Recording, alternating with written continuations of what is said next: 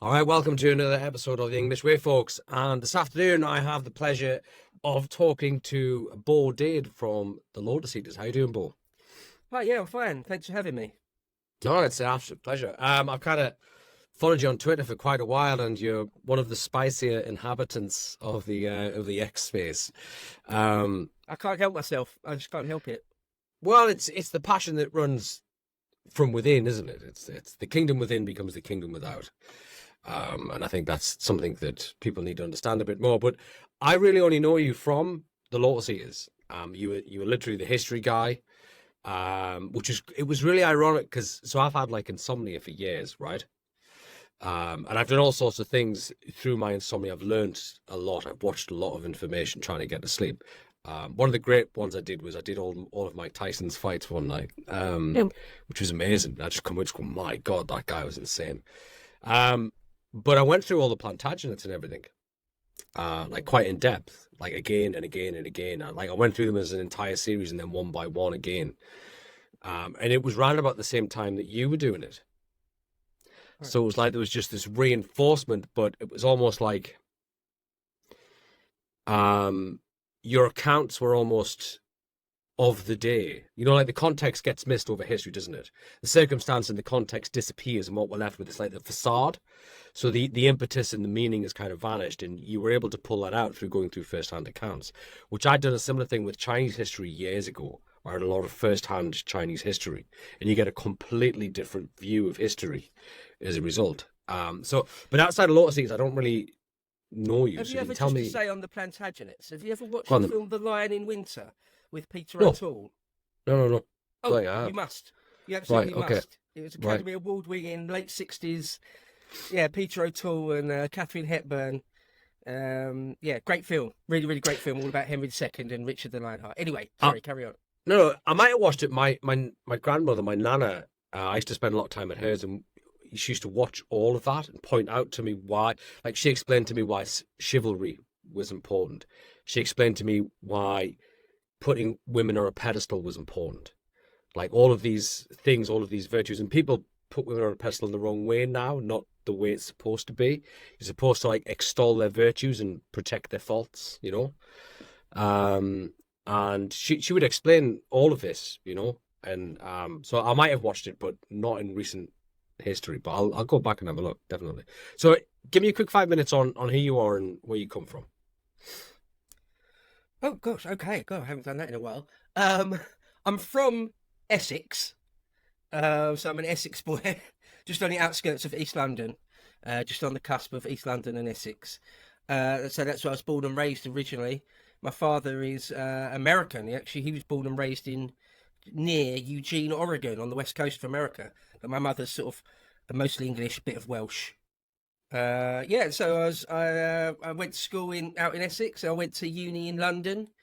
I did ancient history at King's College London at an undergrad. Then I did a postgrad in government policy and politics. So I got a postgrad in that, and unfortunately ran into a bunch of Marxists or proto-Marxists there.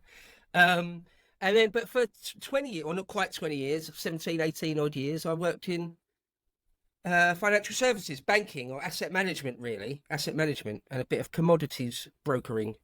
I wasn't a broker, commodities trading. So financial background, but I always loved history. Where I did undergrad at history, ancient history, I did. That's always been my true love. Even when I was a child, small child, it was what I cared about most. Was hearing about history things. It's fascinated by the kings and queens. You mentioned the Plantagenets already. Yeah, absolutely fascinating story. I can't get enough of it. So I started doing my own channel, History Bro. So I've got my own channel. Check that out. Anyone out there? Check it out, History Bro. I started that. What God? How long ago now? 6 years ago. Something in the order of 6, 7 odd years ago now.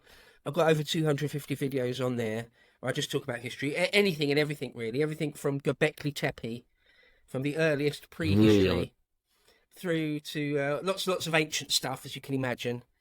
Fascinated by the life of Alexander, but lots of medieval things, fascinated by the life and times and campaigns of Henry V, for example. But also more modern stuff. I've got a whole series on there about Richard Nixon, a whole series about Chairman Mao, A whole series about Stalin. There are some World War One and World War Two stuff on there as well. But so yeah, that's my channel, History Bro. But then and I collaborated with Carl Benjamin a bunch of times because he likes his history, and we sort of got together and did a bunch of content talking about ancient stuff. And then when he started Lotus Eaters, within a few months, was it 3 or 4 months of starting it, I sort of got wind that he was looking for people, and I didn't want to do asset management anymore. I'd done that. I'd worked in London. I'd been a banker in London. Right, I'd done that now. I'd had a belly full of that. So even though it was, to be honest, a big pay cut to come and do this, I was like, no, look, if you need someone, I could be your resident history dude. And I have got a master's in politics, so there is that as well. How about it? And he was like, yeah, it was just done. Like within minutes, he was just like, yeah, done. You're in. I was like, okay, I better quit my job then. So that was like 3 years ago now. Over 3 years ago. 3.5 years ago. And ever since then, I didn't look back. I moved to Swindon, because in Lotus Eaters, we were in Swindon. So I had to move to the West Country. So yeah, that's what I do now. And so I'm on the podcast of the Lotus Eaters once or twice a week. And I've got my own show, in inverted commas, on Lotus Eaters called Epochs. Yeah. So there was even a video posted. At the moment, I'm going through a series talking all about the decline and fall of the Roman Republic. So I've done a few videos on Crassus, a few videos on Cato the Younger, and I'm working through the life and times of Pompey the Great and Julius Caesar. And after that, I'll be doing Cicero. So this week, there's a video all about, or just earlier today, a video went up all about Pompey sweeping the Mediterranean of pirates. Classic stuff. Classic Plutarch account from Plutarch. So yeah, that's what I do now. Anything else? No. So it's like, because I'm curious as to what forged you. You have like a steel, right? And you it's like there's something in your mind that's incredibly resilient, right? And you see it in how you interact on social media, which is generally there's almost, and I see this with a lot of Essex boys, there's something almost northern, about that mentality. Like, it's just a spade's a spade. And I see this, the North FC guys. And being northern, I get it. There is like a northern logic, right? And I was just curious as to like what forged that mindset, because it's cast iron and it's rare. And I don't think 80 years ago it would have been rare, but it's rare now. People don't tend to have such a there's not very many people who would advocate for the death penalty on a multitude of offences. I mean, I would personally. Rape used to be executionable in England. And there's just a fortitude there. And I've always been curious, what the hell forged that guy? So you strike me as the person similar to myself who would go down to Dover, stop Sussex from leaving, put him on the deck of the ship and execute him for failing the nation, right? It's just, you have that in you. And I've always wondered what made that? What actually brought you to that conclusion? Because that's not a modern mindset. And is it the history that did that? I think maybe the history is part of it, having a decent perspective, realising that the way we are now, a lot of people are now, a lot of men are these days, i.e. terribly weak moral cowards, wouldn't say boo to a goose, apologising for being alive. That's not the way. We're not descended from fearful men, right? That's not normal. We've been subverted to be like that. The normal way is to be more like you or I, to have a little bit of steel, a little bit of fire in your belly. That's more normal, actually. And I don't really know what falls out. I don't personally find it. It's just me, right? I don't find it odd or weird or anything. But yeah, I guess. Well, one thing, as you get older, so I'm in my early, pushing mid-40s now, and at some point, I suppose in my late 20s, must have been in my late 20s, at some point or other, wasn't a particular day, of course, I sort of realised, sort of woke up, oh, I'm a grown man, completely in my own right, with my own autonomy, and I don't need to take shit from anyone, ever. Right? And so I think a lot of men go through their lives not really fully realizing that. And so no, I'm not taking it. No, I'm not going to apologize. That, that sort of thing. At one time, I don't know, like sometimes you get screwed over in life, right? Yeah. Life screws you over all the time. It's Whether the it's in a wide-eyed, relationship, the youth, isn't it? whether it's in a relationship, someone like, you get emotionally bullied in a relationship or something, or you've got a boss who's just a complete arsehole who just takes the mickey out of you day after day after day, or whatever it is. And at some point, you either just breaks you and you give in to that and you become their bitch, or you don't. Or you're like, no, I'm not going to have it. I don't really care what the repercussions are for me. There's a line in the sand there, and that's the end of the story. I think maybe I must give my late mother some credit. She was an extremely strong woman, and that's what she was like. That's how she raised us. There's no snivelling. No crying, no snivelling. Don't moan. And here's the line in the sand. Here are the rules, and you play by them. Yeah, That's it. That's the end of the story. And so I guess because some people are surprised because usually when I'm on camera talking about history or something, people say I seem nice. And personable and approachable, maybe, is sort of thing, and I am sort of 99% of the time. But then people say, "Oh, but on Twitter, you seem like somebody else. You seem like, as you said, someone extremely stern or something." And it's like, no, they're both me. They're both me. It just depends what you're talking about. Have you got that gear? Have you got that gear to move into where it's like, no, I'm not having that. I'm not taking it. I'm not going to have the Mickey taken out of me. That sort of yeah. And when it's your government, right? When it's all media and your own government, well, for me, there's no question. That's still how I'm going to approach it. So if it's your own government telling you, for example, that migration is inevitable and you're just going to have to put up with a multicultural, multi-ethnic Britain, and that's the way it is now. And if you say or do anything about it, you're simply an evil Nazi bigot or something. Well, no, not having that. No, not in a million years. No, I'm going to keep saying what I'm going to say, and the repercussions for me are not that important, really. Also, I think Stoicism. Some people in our age, people that know about Stoicism, sometimes go a bit too far into it. They get a bit lost in Stoicism. But some elements of the ancient philosophy of Stoicism are very, very helpful. It's like, don't lie. Be honest. The most important thing is to be honest, sort of with yourself, morally honest. And don't worry too much about what's going to happen to you, or even your own death, really. It's easier said than done. But no, the most important thing, more than anything else, is how you behave, how you conduct yourself. And when I first started Lotus Eaters, I knew that I'd be sort of in the crosshairs, at least of some leftists, some commies, some feminists, all that sort of thing. I knew I'd get some stick. But it's nothing. It's not a problem. People are scared to put their own face out there and their real name.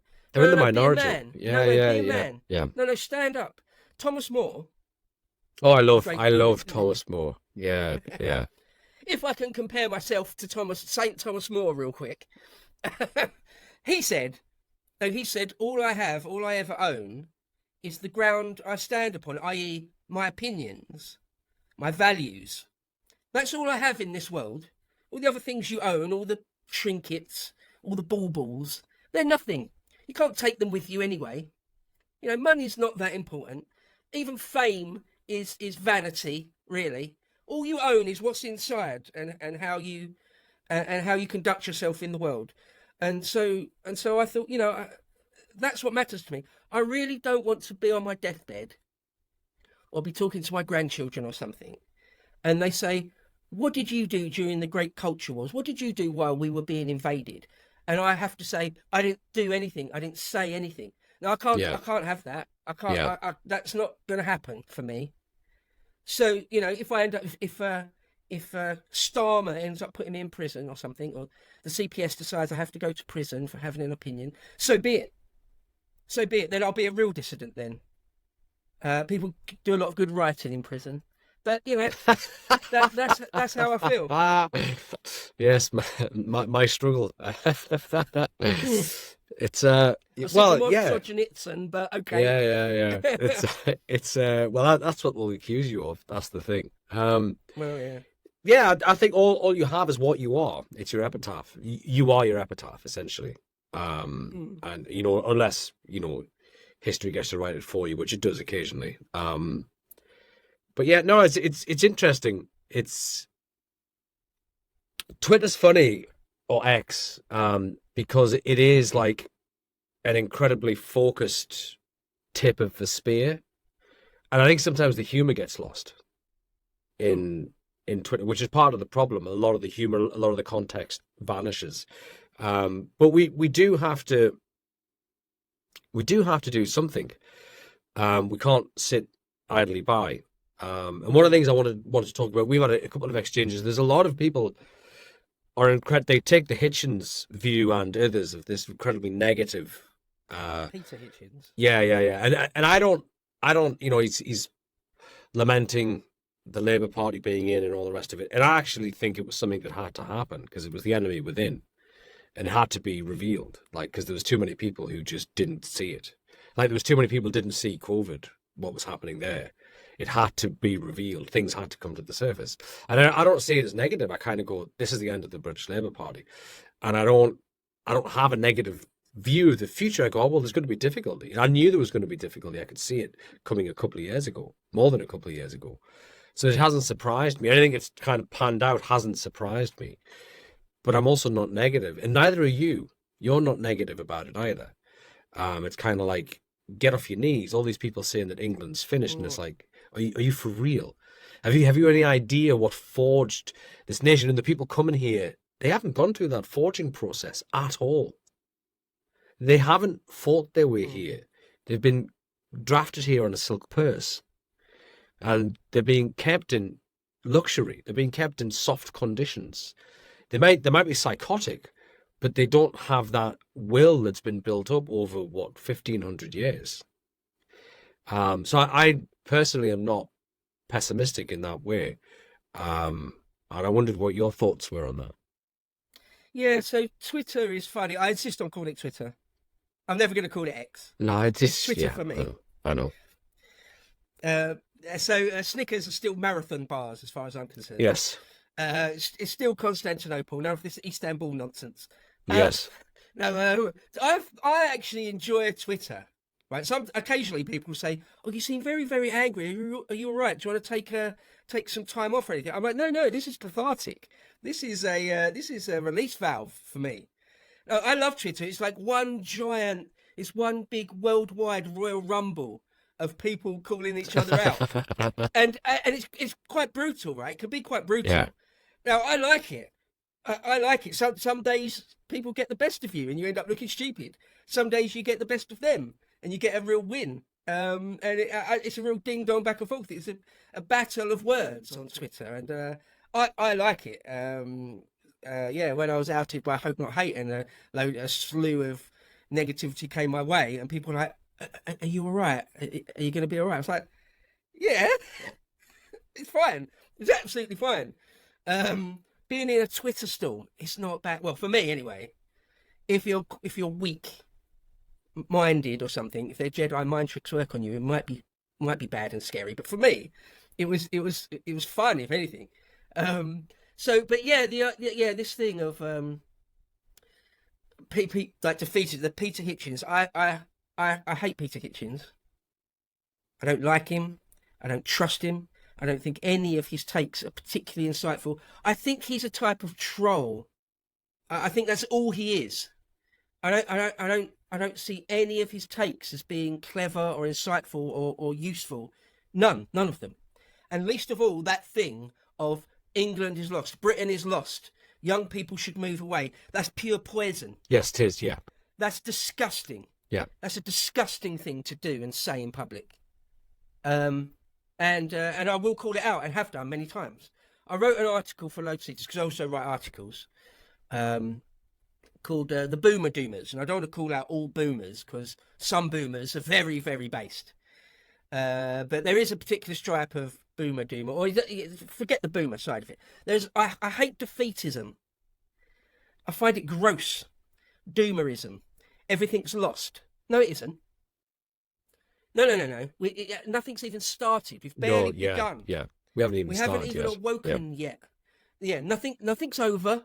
Nothing's over. Look, if you want to crouch down, hugging your knees in the shower, rocking back and forth, crying, you do that. Leave me out of it. When the shit really starts, you can cower in a basement with the women and children, right, while the real men do the work. How about that? But until then, keep your mouth shut. Right? I don't want to hear doomers. They're doing our enemies' work for them. If you're a doomer out there, you talk at parties and barbecues about England's lost and it's all over. You're a collaborator with our enemies. You're as much an enemy to me as they are, as actual globalists and communists and stuff. No, you need to shut your mouth, actually. No, this is serious. No, this is serious. We've been invaded. We have been invaded. Okay? How many rapes and murders do there have to be before you get up off your knees and start being a man? No, doomerism is worse than being a beta. It's like being a gamma minus. Don't know if you're familiar all that much with Brave New World, but it's not okay, right? We've been invaded before. We've been invaded a few times before. Okay, and let's just one example. Talk about Alfred. Okay, the land is literally occupied. Did the Britons give up then? No. In the long hot summer of 1940, when Mr. Hitler and Hermann Goering sent his Luftwaffe over to try and break our will, did we give in then? No. When Napoleon looked like he was going to bounce across the channel, did we just say, "Oh, it's inevitable. We may as well. Oh, England's lost." No, none of it. No, none of it. And this is no different. Look, we've had what some historians have called the long peace, i.e., since World War II. It's been a type of long peace for the West. Not that it doesn't apply to all countries in the world, of course. There's been a type of long peace, and we've got a generation from the boomers down to us, down to the Zoomers, beyond us, down to the Zoomers, where we've not had to fight. Not only have we not had to fight or struggle for anything, we've lived in very, very affluent times. There's no one really starving to death. No one, no child labour, all these sorts of things. And not only have we not needed to fight, but it's been assumed that there'll be no context in which you would. The idea of being called up for national service, or the idea of being called up to fight in a foreign land or something, is completely alien to nearly all the men that are alive now. Okay, well, history has come calling. Okay, we've been betrayed by our traitor political overlords, and now history's come calling again. Now there's a real struggle again, and we've got to man up and look it in the eye, stare it down, and get ready. Okay, and if those people, men that aren't prepared to do that, or even the idea of it breaks them and they become a doomer, well, okay, off with you. Again, you can hide in a basement then. But I'll have none of that. Yeah. No, this is our time. Down here, it's our time now. We've got to clear up after this disgusting mess that has been served up to us. And, well, it's as simple as that. I could go on for many different No, saying the same thing, but I think Gen X were kind of made for it. That kind of errant upbringing of just kicked out and left for 15 hours a day. I think it just made something. And I don't think it was expected. I don't think because you really get into this. This is systematic, and it's not like the decline of the Roman Empire, which was fairly natural, or the decline of Greece. They've looked at that and tried to manufacture the decline of the West. And I don't think they expected the pushback that they've gotten. And the irony is, I don't think the pendulum has even begun to swing back the other way yet. And I've been saying for a long time, look, when this goes, it's going to come with such... Because you've bent the cosmos out of shape. You've done that. You're trying to subvert the natural flow, and it's just going to do that. And when it does, it's just going to clear the chessboard. And I don't think they are. I don't think either side are fully prepared for what that's going to do, because it will. It'll be like it will reset things in the sense that I think to sort the West out, we'll have like a civil war, because I think there are people here who have been shipping in armaments and everything else, and they're not going to go quietly. I think it's inevitable though. I think there will be deportations of people who want to do us harm. I think they'll be gone in the millions. And I can't see it not. It just seems, and I don't see this any hate or malice. I just think I've read enough history to go, this is what's going to happen. This is what's going to happen next, because it's logical. It is the next iteration, you know? Yeah, I wrote another article and I called it Remigration is Inevitable. That was a take on one of the UN organs said that migration is inevitable. You've just got to accept that your country will be flooded with foreign fifth columnists. And migration is inevitable. That's the UN. And so obviously a wry, tongue-in-cheek take on that is that, no, how about remigration is inevitable? And I made the argument that it's a try to test. It's a very old political gambit. Is to just say that what you want is inevitable, right? Yes. Like the raw egg does this, doesn't he? Yeah, Tony Blair would say, "Look, we must slaughter all our cows. It's inevitable.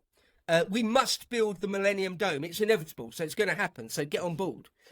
Well, I want to do it with remigration, and it's not just cope. I really do think it is inevitable because, as you say, like the very cosmos itself they've tried to subvert the nature of people, and it won't work.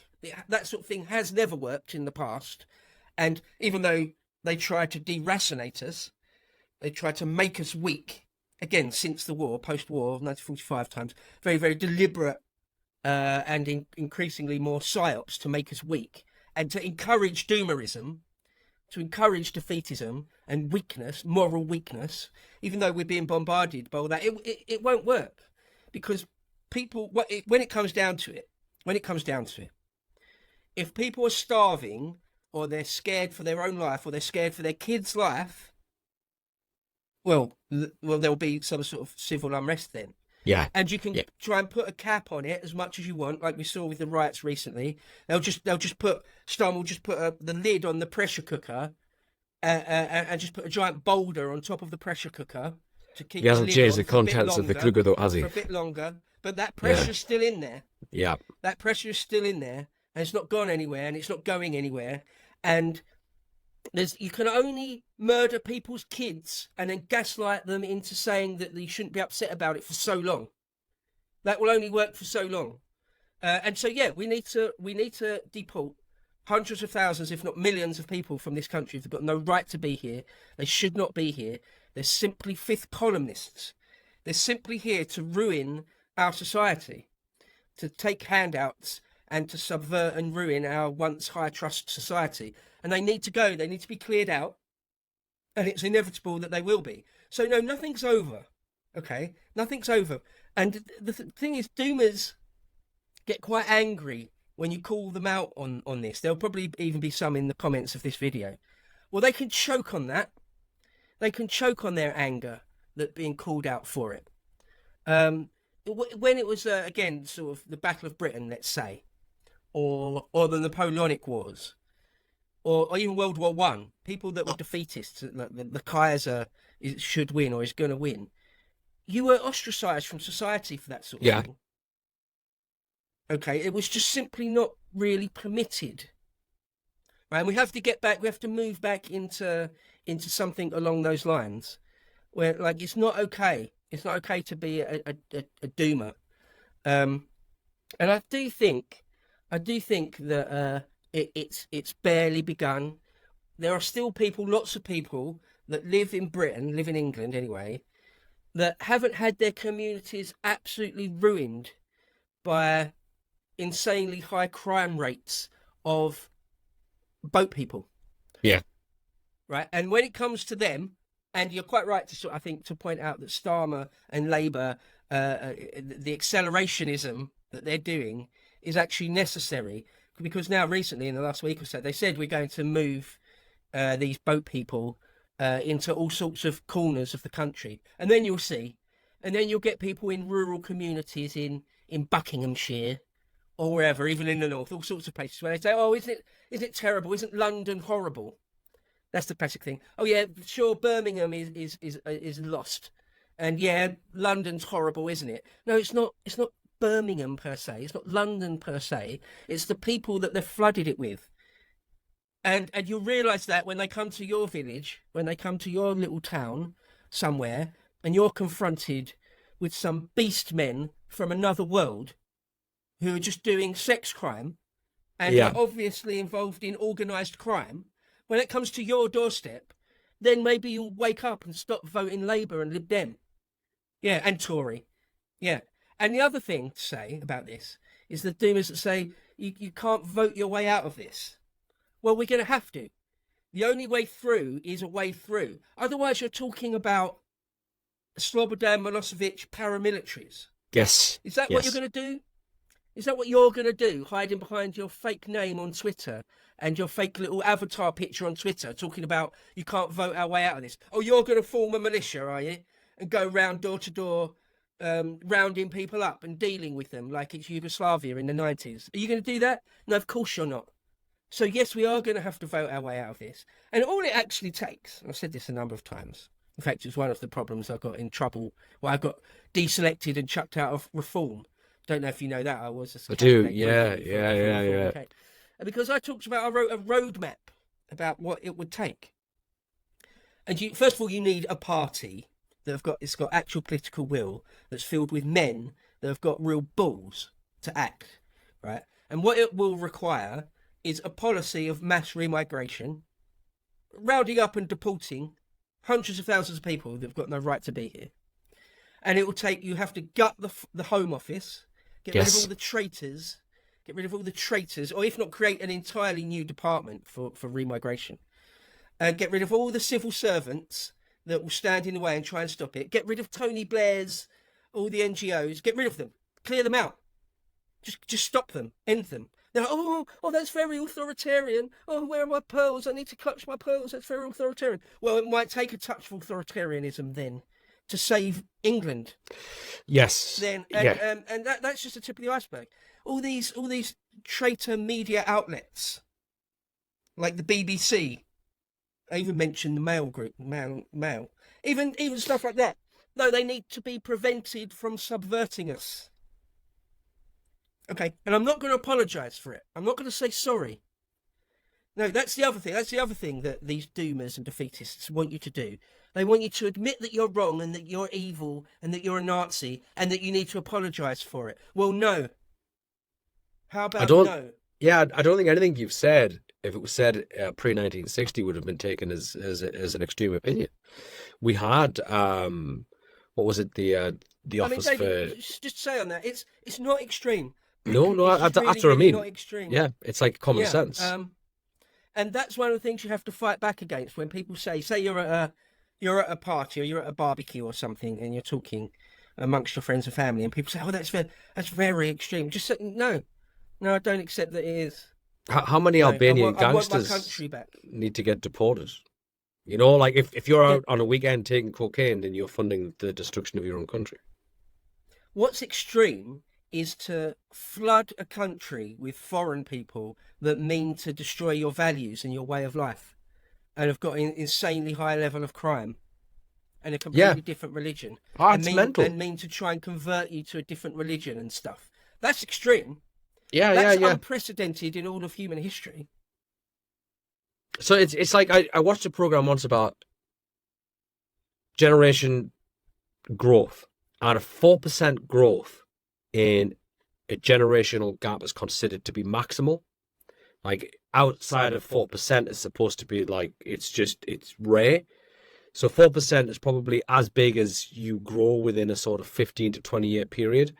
But then you look what they did to the UK, and it's like a 20% uptake on that. So it's a completely unnatural thing. And, you know, I think, look, if they reform the benefit system, which is going to happen because there's going to be an enormous recession, they're just pushing it off. I think they're pushing it off until Trump comes in. I think they'll collapse the economies and blame it on him. And maybe. that'll there'll be millions unhappy with that. It's not going to take a lot, but I also think it'll be part of Trump's foreign policy. And I think he'll just say, look, if you want to deal with my country, you need them out. Because they're anti-Israel and they're anti-this and and I'm not going to deal with you. I'm not going to fund it. But it hasn't hit the middle class. And Starmer's essentially rode to power on a handful of tribal Labour voters, and they're dying out anyway. It's a boomer disease. They're dying, right? The middle class, some immigrants, every Muslim I know voted Reform. How's about that? Because they're unhappy with who they're bringing in. They're going, well, hang on, I don't want those I don't want them over here. I left them. So it's an odd thing where I don't think they have any real support. And I think once the middle class goes, then the trade unions get unhappy. They're done. Yeah, maybe when we talk about the economics arguments, the economic side of things, again, it's pure misdirection, really. Of course, they're a net loss. Of course, immigrants are a net loss in money, but the money thing is not a problem. I detect a slight. Are you from the northeast? Yeah. So do you know Morgoth on Twitter? I know of Morgoth. I don't know him. Oh, you got to follow Morgoth. He's a Geordie. I do follow brilliant. Morgoth. Yeah. He's bloody brilliant, and he quite often, I've seen him say a few times, that the money thing. No, okay, I'd rather be poor. I want my country back. I'd rather be poor then. If you insist that the only way we can have GDP growth is to have millions of new people turn up, well, fine. Then I'll be poor because I want my nation back. It's a con. Yeah. There is no growth. It's a total lie. It's what you end up with at the end of your pocket. I mean, I work in leisure and retail and bars, restaurants. Every time a minimum wage hike comes in, the compound interest of that hike wipes out any money you've got left. It doesn't work. It's a con. It's a tax. It was another tax by Blair. It doesn't work. That 8% hike turns into numerous amounts by the time you get to that end product because of all the links in the chain. We are poorer now than what we were 30 years ago. There's less available income. So it's a vanity. I'm on £30,000 a year. Well, yeah, but you got less money than what you did when you were on 12,500 18 years ago. So it doesn't work. Like, people have got to stop. There's so much we need to stop. And unfortunately, a lot of migrants don't want to work. A lot of people are coming in because they don't have to work. And we've got a bad enough problem trying to deal with our own wallers, right? Like, why should we deal with everybody else's? There's a number of things, a number of policies that could be done to de-incentivize people from wanting to come here in the first place. One of them, of course, is just benefits, social housing, access to the NHS. Like, stop halal slaughter. Like, stop building mosques. Right? I honestly think there should be the same number of mosques in Britain as there are churches and cathedrals in Saudi Arabia. Not a lot. None. Yeah. None. This country isn't a Muslim country. Has never been a Muslim country. So no. And again, that's another thing. Islamophobia. Or you're a racist. Sort of race. Right. We're gonna be called racists whether you take the knee or not. Whether you completely capitulate. Whether you completely just give in and you do everything that you're told. And you literally kiss the shoes of foreign people, and you give your country to them, you're still going to get called a bigot, racist, and you've got some sort of original sin for being born English or white. So there's no point apologising. Don't apologise. Never apologise. No, that's a nonsense. That's a game they play just to gaslight you, just to guilt you. So the same goes for Islam. No, this isn't an Islamic country. No. Yeah. There's no such thing as Islamophobia. There's no such thing as Islamophobia. I don't care if Sadiq Khan sits down with Keir Starmer and talks about how it is, and there should be a zero tolerance policy against it. I don't care about that. That's the reality. So there it is. Yeah, so like, why do you think they are so? Because what it is it's like everything with the left. It's an inversion. It's not that it's there's a fear of Islam. They're afraid of us. Why? They're terrified of us. They're terrified of the white man. Why?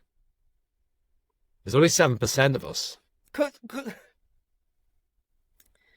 yeah, because historically we've been extremely powerful and strong. Like Marx was, historically, we've dominated the globe. yeah, even Marx was Um, terrified of the white man. well, yeah.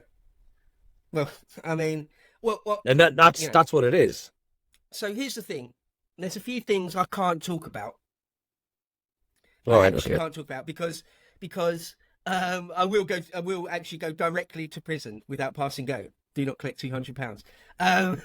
Okay, so because every bit of content I put out and lots of people put out is watched by someone at Hope Not Hate, for example. Hi, Greg Davies. All right, mate. How you doing? Um, it will be watched, and there are certain things that if you say, you will go to prison, sort of directly. So we're involved. We're involved in a game of cat and mouse, of skirting the edges. Right on Twitter, for example, I may be very hard line and say some very tough things, but I'm careful never to cross the line into saying something which is like straight up race hatred or incitement to violence or anything like that. And the question you just asked, if I was to answer it honestly, I would be passing into the realm where I could be prosecuted under like race relations stuff. Right? That's the All right. mad. That's the mad world we live in. I'd Yeah. just be talking about history. All I would be doing is actually talking about reality and history. But we don't live in a free society. We do not have freedom of speech, not even close. So all I'll say is that historically we've dominated the world in all sorts of ways. And so to people, all sorts of people from the world, they've got a massive chip on their shoulder about it. They hate us for it. Uh, But the there you go. reality of it is their lives improved. So this is Yeah, demonstrable. They went from like lifespans of 40 into their 80s. They had yeah, running water. They had all of these things that just were not there previously. Like Africa was, they were cannibals. That's easily provable. And we went in and we civilized it and cleaned it out, and we allowed them to develop. And they basically went from the Stone Age to the Industrial Revolution overnight, and it wasn't yeah. there. And I know you can't have, we got to lose this pie in the sky thing of like, oh, somebody did a bad thing, therefore it's all bad. No, nothing happens in this world without blood, sweat, and tears. It's just a fact of reality. Like, you have to grow up. The world is brutal. It is harsh. Things are done in harsh ways. But do you really think if that responsibility, because I look at history like a stretch, like, oh, that was Britain's responsibility at that time to manifest something in the world, this idea of liberty and freedom and anti-slavery and all the rest of it. The American liberty is English, right? So do Mm. you really think that the French would have been nicer, or the Germans? Or maybe if we gave it to the Africans or the Indians were genociding each other. What do you think the Romanies are? It's an Indian nation that had to leave entirely, lock, stock, and barrel. So, like, do you really think anybody else would have done it any differently or any better? It had to happen. Mm. Somebody had to have that historic Mm. responsibility. And it was just us. But we probably did it with the greatest amount of Christian ethic and Christian virtue and temperance that we could. Like, it's never going to be seamless or blameless, but we did probably better than any other nation, in my opinion. Yeah, no, absolutely. The British Empire, of course, there are some stains. There are a few things here and there, of course, which are pretty sort of morally reprehensible. But by and large, yeah, you're welcome. By and large, it was a great thing, a civilizing thing. There's this thing, if you look at the histories of, say, Winston Churchill, talk about that. So he's writing in the 50s, largely. Talk about, we brought civilization to the dark corners of the world. Then in the 60s and the 70s and onwards, there's sort of this revisionist, sort of Berkeley-esque, Yeah. commie adjacent rewriting of history where that whole idea is recast as just being wrong-headed and evil from inception. Well, no, it wasn't. No, well, take India, for example. The idea now that we went over there and were evil subjugators, evil colonists, and we robbed them of trillions of pounds worth of assets from their country. All complete lies, complete nonsense. There wasn't even an India until we turned up. We kicked the Mughal Empire out of India, the Muslim Mughal Empire. You're welcome. There wasn't an India as such until we were there. It was just a patchwork of warlords. Okay, we brought you roads and education and a proper political system and literacy, and we stopped you burning widows alive on the pyres of their. Yeah, you're welcome. No, not sacrificing only your British women. Empire isn't evil. Yeah. Yeah, sooty. Yeah, not only is the British Empire wasn't something sort of evil. Not only that, but I not only don't accept that, but I will accept your thanks when you realise that in fact it was a civilizing force, and it was a force for good. Then I will graciously accept your thanks. Well, no, this whole thing again. Sorry, one last point to make. Go on. For the British, that's just our stripe of being subverted. Okay, so in America, they always go on about slavery, the 18th and 19th century slave trade. If you're a white American, that's what you get beaten over the head with. That's what you were guilty of from birth and can never be washed clean of. For the Brits, it's the British Empire and colonialism. For the Germans, of course, it's the mid-century National Socialists. For the French, it was what they did in Algeria or something. So it's nonsense. It's just, you can see people, communists, traitors, they take each Western country, each Western nation, and they'll find something in its past that they'll try and make out to be an original sin that you and all your progeny, all the generations as yet unborn, are guilty of and can never be freed from the responsibility of. For the Brits, it's the empire, and I just don't accept it. Laugh in their face, treat them with disgust, and if they come back at you hard line, they double down, say no, the empire was evil. You double down back. Yeah, I think Don't apologise. Just the stats alone, even if you just read it on balance, you kind of go, actually, it wasn't that bad. Like we only went into we didn't want to go into Africa. We went into Africa because they refused to stop selling each other, and it was the only way we could get them to stop. We didn't want to. We only went in like the late 1800s into the 1930s. We didn't want to be there, and we didn't. We lost a fortune in Africa. They bankrupted the empire. It's mental. Like we made what? I think someone worked out recently. We made no more than 5% came from the empire. Everything else was trade, because we were the masters at shipping coal, which was from here. It was actually down the road. The first coal railway was about 5 miles down the road here. And we were masters of the industrial process. And that's where we made our money. We didn't make it from the empire. It's mental. It's crazy. In Africa, I mentioned Churchill earlier. A lot of people on the dissident right, or a lot of people in our sphere, hate Churchill, and I've done a bit of content talking about how I'm not actually the biggest fan of Churchill. However, he was a very, very good writer, and a lot of his histories are very, very good. And he did one of the best books he wrote was one called The River War. It's all on audiobook for free, unabridged on YouTube, and that talks about the Battle of Omdurman and our reconquest of the Sudan. And it's a great example of how we got involved in colonialism in Africa, in this case in Northeast Africa, sort of completely against our will, really. We were trying really, really hard not to get embroiled in politics and military affairs in East Africa.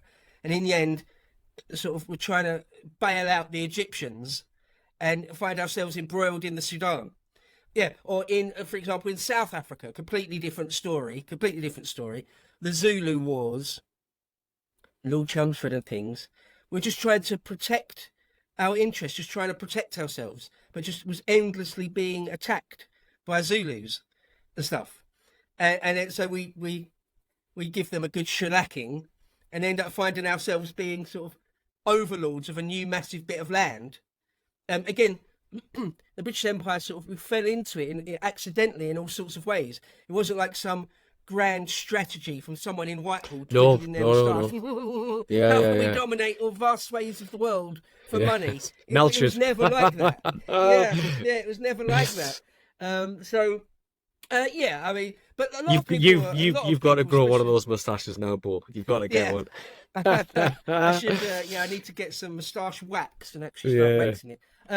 No, there's this idea that well, a lot of people, particularly on the left, the wokeists, they're completely historically illiterate. They know just enough lines, just enough buzzwords, Bullet points, yeah. to try and keep scorn on you. Yeah, they don't know how things work. They don't know the context of things. They don't know the history of the Cape Colony, say. They don't know anything about it. Right? A great example is Singapore. A great outpost for the British was always Singapore. And the idea, I've seen it said, all sorts of people say, just another example, sort of evil colonialism, going around stealing land off of indigenous people and robbing them 3 ways from Sunday. Right? No, it was a completely empty island. It was completely empty. And we turned it into this sort of incredible hub of commerce. And in the end gave it back. Right? Yeah. So, but they're not interested in what really happened. It's not about historical fact. It's about trying to guilt you into being obedient in the present. It's all it is. Recognize it for that and reject it.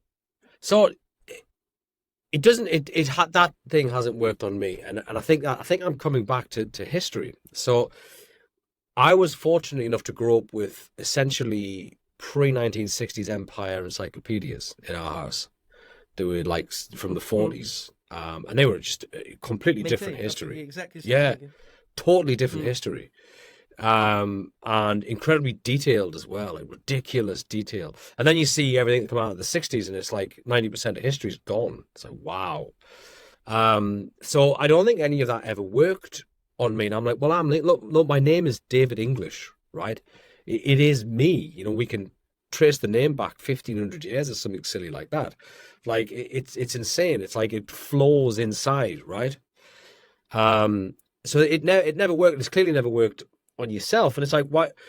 This is the reason why they're altering history. Because if they knew the history of the English, even just from Alfred, right? Just go from Alfred and figure out, well, where did Alfred get all of these laws from? And it's so spiritual, but not in like a Mortivica sense. It's this robust, solid manifestation of something powerful, right? And then you go through into William. William's a kind of he was a Chad, but he was a swine. But you kind of then from there, if we didn't have William, we wouldn't have had Richard, and Richard was amazing, right? And if we didn't have Richard, there would be no William Marshall, and the guy's incredible. So you just go through this history, and you go, well, if we didn't have that, we wouldn't have a Henry, and then we wouldn't have had Henry the Seventh, who kind of reformed everything and unfortunately led to Henry the Eighth. But, it's kind of like you get this great thing going through history, and then if that didn't change, then we wouldn't have had Wellington, and we wouldn't have had this and that. And you go, my God, what a people. And they've come through so much. And then you go, well, I can't let it falter them. It can't drop with me. I have to carry on. I have to walk the line that my ancestors have walked. And then you see that forging process. And then you see the cultures on the outside, and you go, they haven't had that. They haven't been forged at all, ever. Because it doesn't allow for that. They have very subservient lives. And they're trying to make us subservient.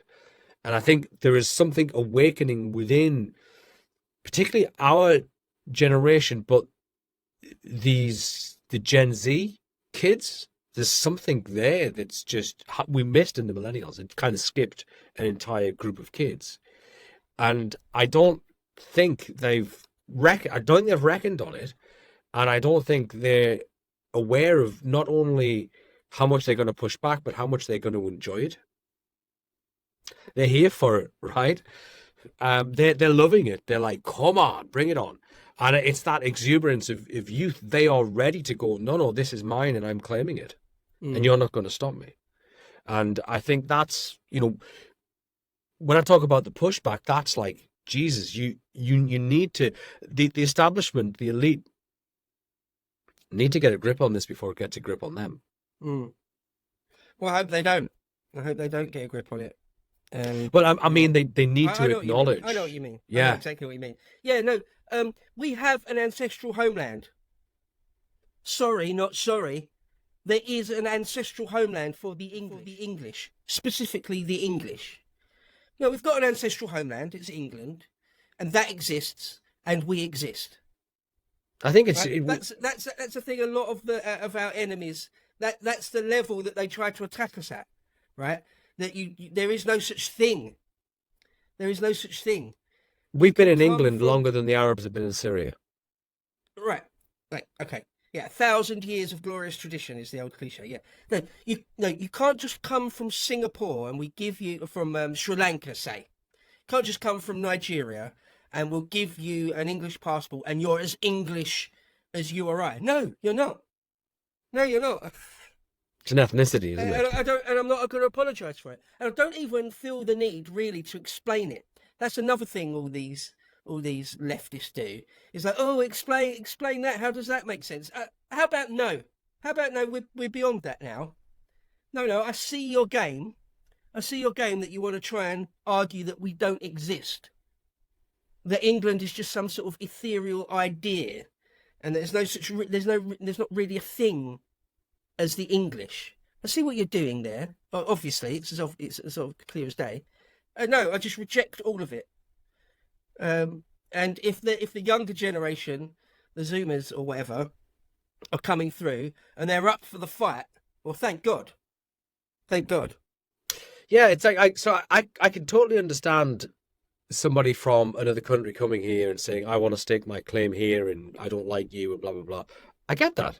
Like, all right, okay, that's understandable because you're not from here and you want to be hostile and take. We've seen that for millennia. Okay, that I understand. What I don't understand is the leftists who would essentially suicide their own people in their own nation when they basically would be the first against the walls. They because they're that weak. It's like Genghis Khan. If you went and betrayed your emperor, he turned up at your gates, and you thought, "There's no way we can win here. I'm going to go and sell out the emperor so that all the people don't get slaughtered." He'd say, "Thank you very much. Now, for betraying your emperor, which is the worst act you can ever do, I will execute you." Right? That's what'll happen to them. They'll just, and you go, "Why?"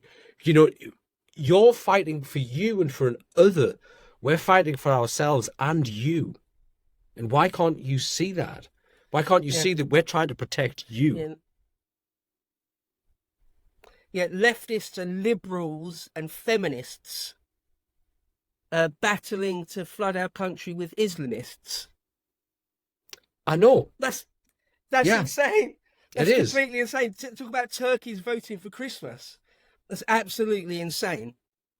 I think sometimes when you see like some blue-haired feminist saying refugees welcome or something, I quite often think of the analogy of a toddler, sort of a 2-year-old, 3-year-old, that has got his hands on a bottle of bleach from under the sink, and it's just about to drink it, and you snatch it out of his hands, for its own good, obviously. It cries. And the toddler starts crying and throwing a tantrum because you won't let it drink bleach. Yeah. Right? That tantrum means nothing. No, let it have a tantrum then. Right? No, I'm not going to apologise. Right? No, I'm not just going to give in then and hand the bleach back. Yeah. No. It's madness. And this idea of like I get it where you say, you know, someone from wherever, from Bangladesh or something comes over and they want to make a better life for themselves. I get it. That's what your words. You know, I get it to an extent, but they can go back now though. Okay, the getting was good for a while. You were able to rob from us for a while because we were so weak politically and culturally, and it will have to come to an end soon. Yeah, I think the getting was good for a while. You were able to invade us and rob from us, and rape us and murder us for a while. but we will awaken, and it will all have to come to an end. It will have to. You know what? I think it has awoken. I just don't think it's hit that middle class Liberal Democrat area. I think the working class have awoken. They've had a knock on the nose, and I think they'll go away. Nobody ever does anything before Christmas. They'll just say, right, Christmas is coming, let's chill. After Christmas, I think you'll see a different thing. And I think once the middle class start to realize, once their kids start getting knifed and raped, you'll see a difference. I mean, yeah, when it comes to their doorstep. Sorry, David, go ahead. No. I think that's exactly the point. And it's so selfish that it has to come. It's like, why have we allowed it in this way? If they really wanted, and let's just say that there was a case where we actually desperately needed these workers to come here, which I actually don't think we did in the first place, No, then that's a lie. You would have kept your numbers so small.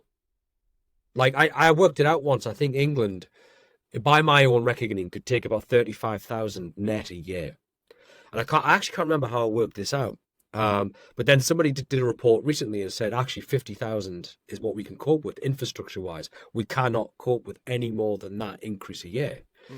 Whether that's natural births or immigration, we can only cope with a 50,000 increase per year.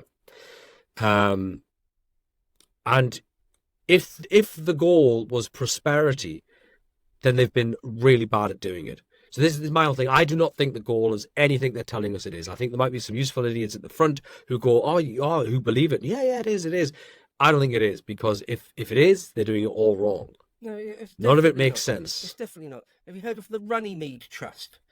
It's just one of these organisations. The Runnymede Trust explicitly says that their raison d'etre, their reason for being, their whole point is to foster a multi-ethnic Britain, not necessarily multicultural, although that as well, but specifically multi-ethnic.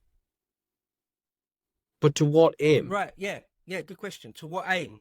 Yeah, why do you want that? Why are you doing that? Why do you think it's never been like that in history ever? Yeah. And it's like, I think, so there's two things there. One, I think we can trace the DNA of 75% of the matrilineal line in England back 10,000 years, right? So it's literally one of the oldest peoples in the entire world, right?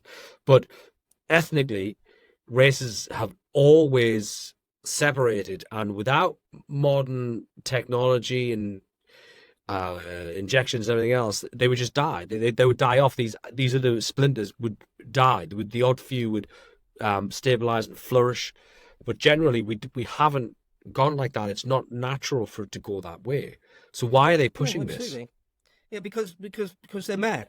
Because they mean to destroy Western capitalist society. Again, a lot of them are communists, right? And communists want to destroy capitalist society. So, right, a lot of them are that type of revisionist isn't really the right word, but like the Robin DiAngelo type race communists. Like, talk about white fragility. Talk about that there is something. There's a type of ideology that says that there's something intrinsically evil with whiteness, with the very concept of whiteness. That the world would be better off without white people. It's as genocidal as that. And yet they'll wrap it up and call it the Runnymede Trust and pretend it's something a bit different. It's really insidious. Yeah, it's despicable. It's honestly despicable, and it needs to be called out. And if it requires someone like Keir Starlin to flood every little town and hamlet with Somalis that are knifing people for no reason, if that's what it takes for this country to wake up, then so be it. What a sad state of affairs we are in. But as you said towards the beginning, it's not even really started. The pushback, the pendulum swinging back, as you say. It's only just starting now. The idea that even 5 years ago, Reform, Nigel couldn't get a seat 5 years ago, and now he can. because I even consider I consider reform. I don't go far enough. I think they're a containment project, and when we go far enough into the future, there'll be more harder line parties. There'll be Yeah. hopefully there'll be Yeah. a much harder line party that's prepared to actually talk honestly and openly about demographics, how demographics are destiny, and how we need to deport many people against their will. They came here against our will. They can go back against theirs. I think That know that we want our country back and we're going to yeah. take it back. I think in order to get to the center, it will have to go. And I you know, I'm not saying this because I want to. I think it's just inevitable. It will go hard right before it goes back to the center. And I think the center is where we'll end up, because that's the English tradition, is this centered position. I think, But the center now is considered right, and it isn't.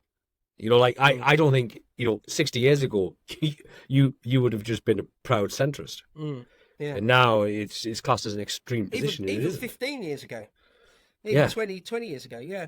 Even Thatcher's classed as like really extreme right. It's like, you're mad. Yeah. She's as milquetoast centrism as you can get, really. Just a normal person, right? Just a normal person before the world went mad when Trump turned up. No, it's been around for a lot longer than that. Like I say, since the war, really, since the 60s at least, the idea of sort of people like Derrida or Foucault, structuralism, post-structuralism, various forms of very many different stripes of subversion. The West has been corrupted with, and we just need to get back to basics. You know, no, this is my ancestral homeland. And I'll fight for it.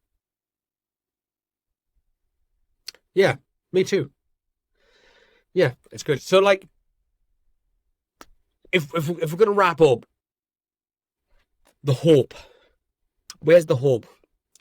I think what they're trying to do, they're trying to accelerate as fast as possible, because I think Trump set whatever thing they had on its arse by a decade, and I think they're trying to destroy as much as possible before Trump gets in. And I think one of the biggest reasons is we're in, a lot of people don't know that the Chinese government launched an unrestricted warfare strategy against the West in 2001. It was a 25-year plan to completely take over the world. Their constitution states that they have to free the world from capitalism. They have to bring all the world under communism, whilst there is still, they cannot have communism until every country is socialist. So they have to implement Chinese socialism globally. That is their destiny. I think Trump's destiny is to get rid of them.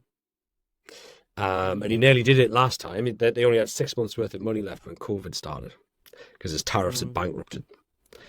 And I think that they're going to burn the West. They're going to burn the West to get him out. And so but I do think that people have to just dig in and remember, like, you are English, for goodness sake. Like, dear me, it is a divinely ordained nation. I mean, go and read Blake.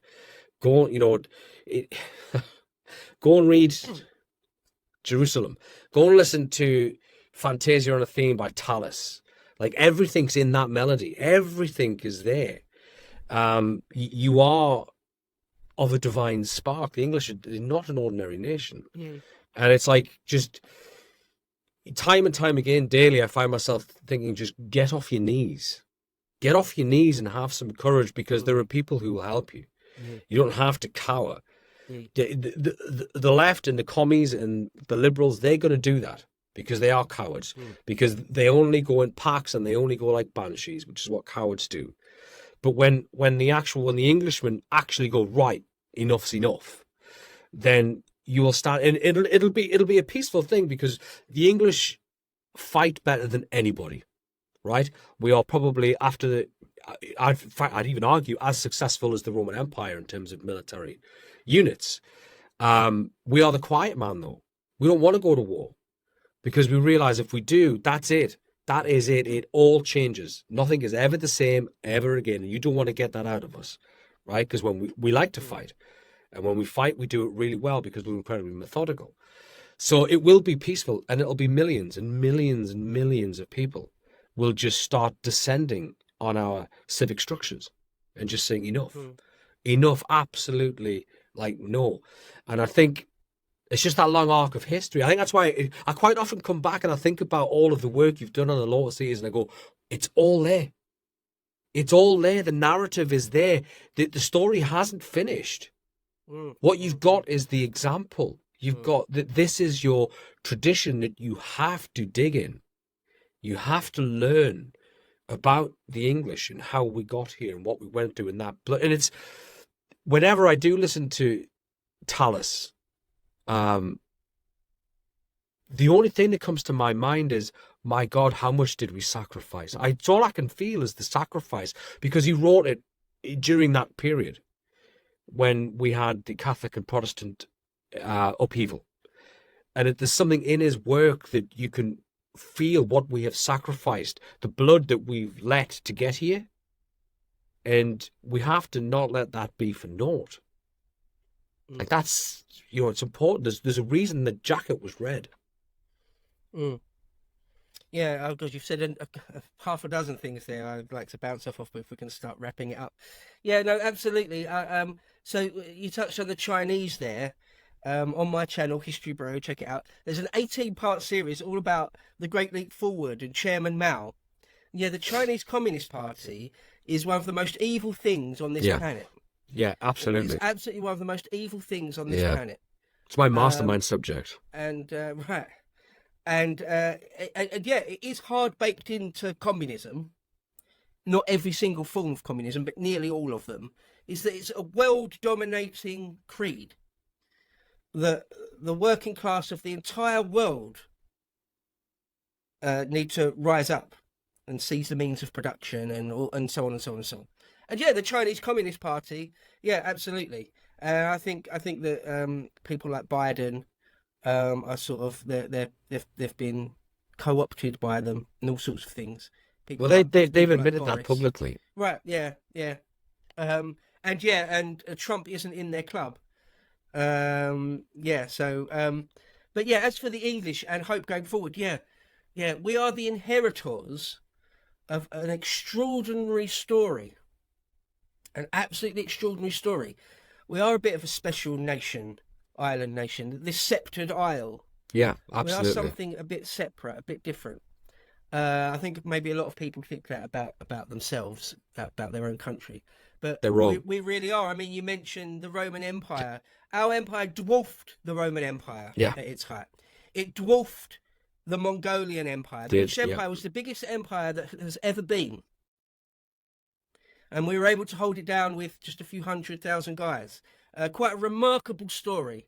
And so, and it's not necessarily all about us, you or I. It's more about the generations yet unborn. Yes. What we will leave our progeny, what we will bequeath to our ancestors, from our ancestors. You get the point I'm making. It's more important than just the here and now. Each generation owes a debt to the people that came before and after them, to not waste it, to not throw it all away, to not allow it to be subverted and stamped out and converted to something else. We owe it to ourselves and the people that came before and the people that came after us. And it's worth fighting for. That's the other thing. That's the other thing the traitor commies will try and say, that it's let it go. Let it go. Don't look back in anger. Nostalgia. There's something weird and wrong with nostalgia, because it was never good. It was never a good thing. Wrong. It is worth fighting for. And the hope, where is the hope? The hope is in us. The hope is in perhaps the Zoomers. The hope is in that the Boomers will wake up. And when you talk about the pendulum swinging back, I think at some point it will snap back.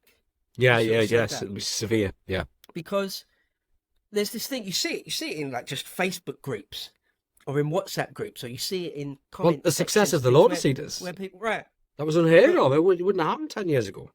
But what you see is people realise, like most people, and this isn't, I don't mean to be needlessly rude, but the majority of people are sheep, really. I don't even blame them necessarily for it. But they look around them and they're like, "Oh, is it okay to start talking about deportations now? Oh, loads of other people are talking about deportations. Oh, yeah, deportations, right? That the herd mentality, the group mentality. Is it okay to say you still love England? Yeah, everyone else saying it. Yeah, okay, let's do it. So there'll be like some sort of moment.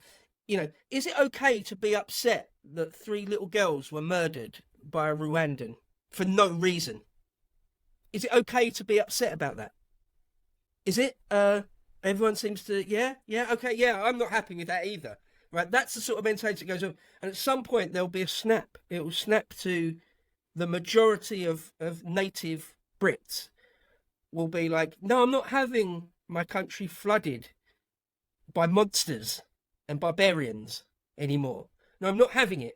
And I'm going to advocate for their deportation. I'm going to vote for a party that says they'll do it. I suspect that will happen quite quickly. At some point, it will just sort of snap that way. I mean, I hope that's not cope. I don't think it is. No. I mean, look, I'm Red Wall, right? I was born in Concert, right? You cannot get deeper into the Red Wall than Concert, right? There's nothing on one side to Berwick, and the other side was a steel mining town, right? So when I was a kid, I told Scott Mannion this story. When I was a kid, my mate's granddad had a pit bull called Maggie. No, was it called Maggie? And he used to do Santa Claus at the school party, right? Come around with this pit bull, give out the presents. There's, you do passy the parcel and all that. And the end of the thing was the pit bull would go and he would get out a life-size effigy of Maggie Thatcher and go, Maggie, kill. And it would rip it to bits, right? And that was the party piece, right? That was the town I grew up in, right? So everyone voted Labour because you just did. Right. Tories, they would have hung them from trees, right? Tories, nobody ever mentioned. It was like having a Mackham. Nobody mentioned being a Sunderland fan in my town. So, however, I noticed at the 2018 roundabout then, you go up and all the old men are like, nah, voting for Nigel. Not voting for anybody else, I'm voting for Nigel. You just seen a shift happen. Now, I now live in Gateshead, and I tell you what, if the Tory party and Reform had got their act together, they would have beat Labour in Gateshead, which is unheard of. I went to Horton. I went to see Nigel in Horton. And I just thought, I want to see if this guy is what he says. Like, is this real? Because we've had enough charlatans. And it was a completely mixed audience, mind. Like, there was everybody there, every age, every ethnicity. Something has shifted where the moral majority have just went, nah, not having it. Not having it anymore. And up here, to have done what they did in such a short space of time, and it's not that it's the case of they're voting for him, they're voting for someone who's going to speak for them. And that could be anybody, right? That's never happened, for 100 years here. They've been Labour since 1920 odd, right? So something has shifted. And the North, once whatever the centre and the right of politics gets their act together, they've lost the North forever. It won't come back. I think it's gone. I hope so. I mean, I think people have to start. There'll have to be new parties because reform, isn't it? If you look at Nige, there's no pressure. There's no pressure on them. Yeah, he's been very, very weak over the riots things.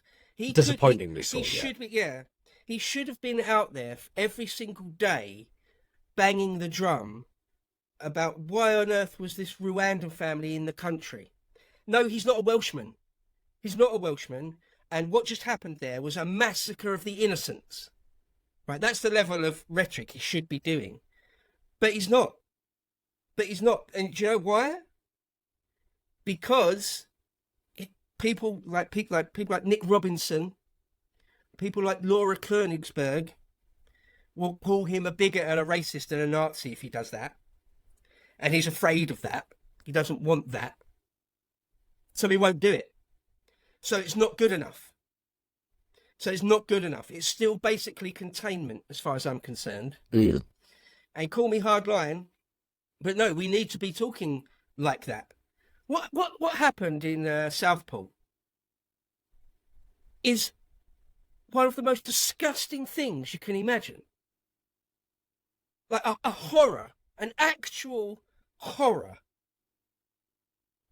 And to just someone like Nigel, what they did on it is just to say, oh, make sure you don't riot, and we'll basically not talking about any of the actual issues. Nobody has. Everyone's It's not good enough. It's not good enough. Everyone's just sidestepped what happened. Yeah, it's not good enough. And it's like, hang on, there was like 7 little girls.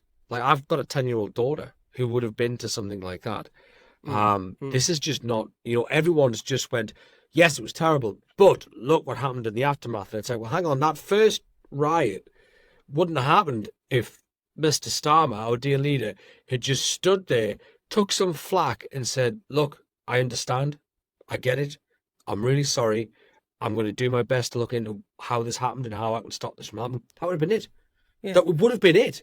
So it's Nigel and Tice should be up there at every single opportunity, constantly on Twitter, constantly doing any interview they can, calling Starmer out for being a monster, for the way he's dealing with it. They're not doing it. They're not doing it.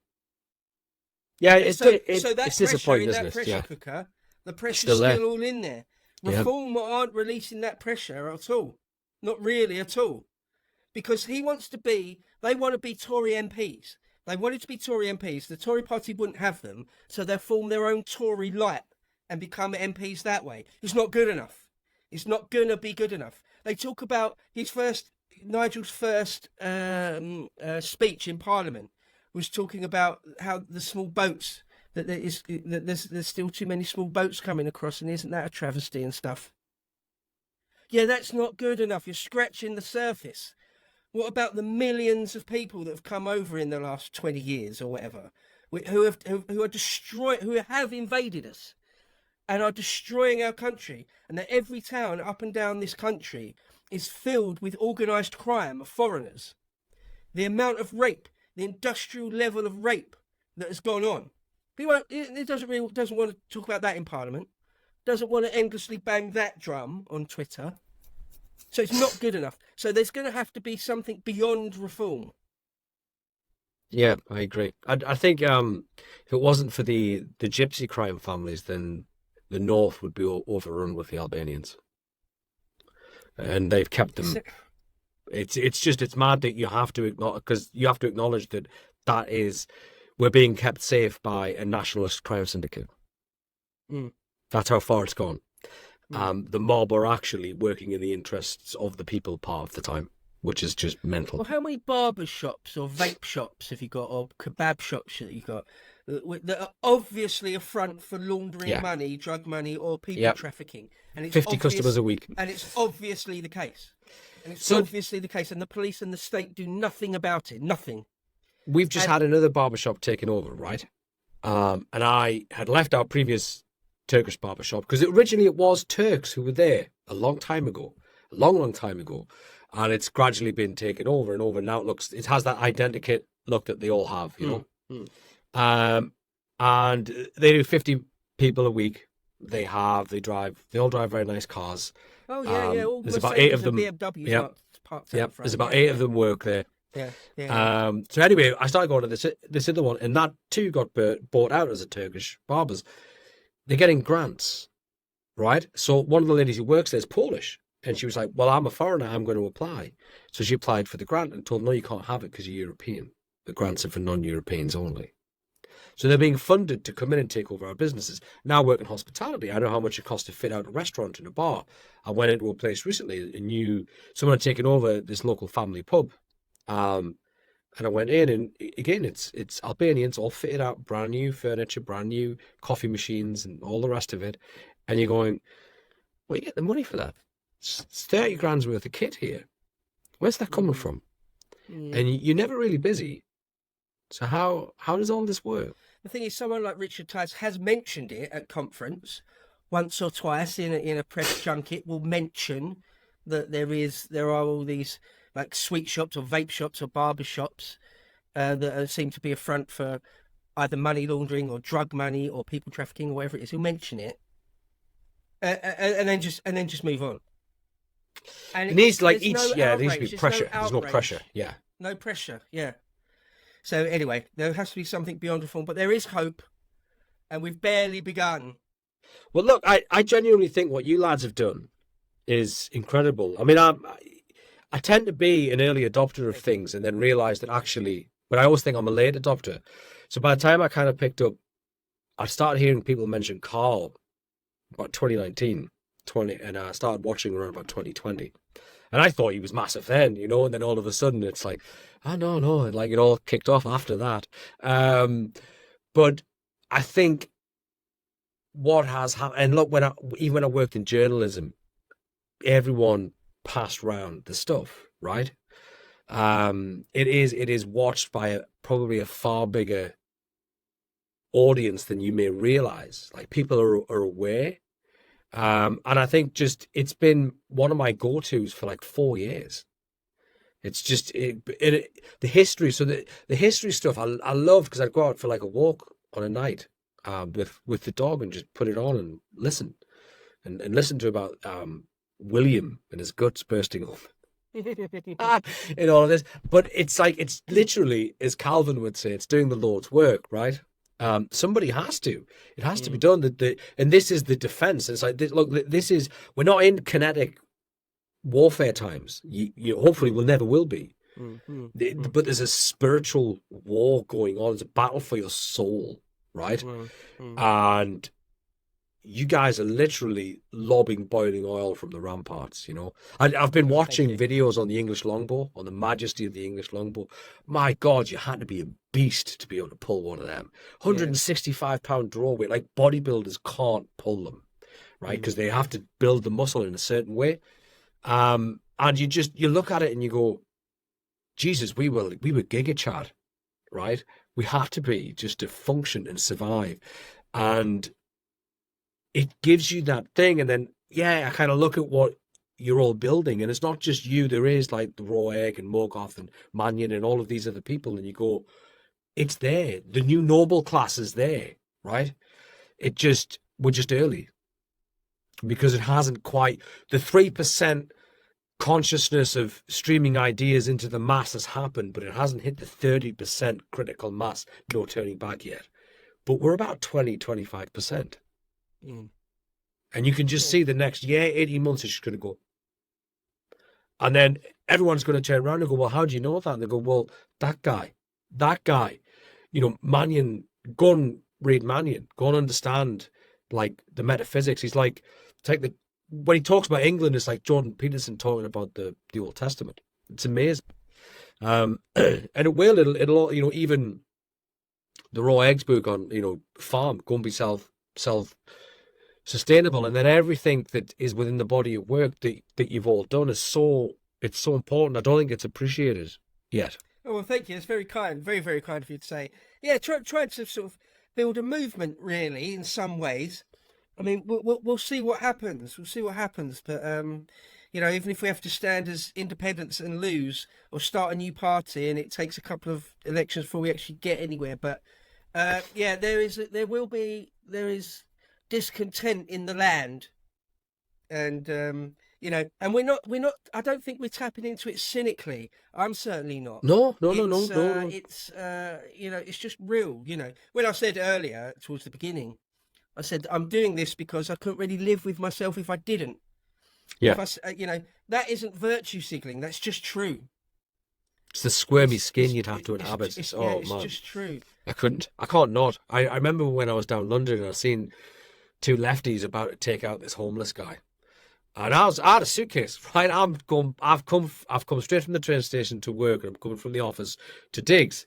And I've got a suitcase and I'm going through Victoria, and they were about to like come on, and literally this guy, obviously he was homeless, he's obviously psychotic, had problems, he was talking to himself, and they were about to lynch this guy. And I remember just thinking, nah, I'm not having that. And I literally just walked in between them and just glanced them, put my arm out and just went, come on, sunshine, let's go. And I just thought, I'm not having this. I cannot not act.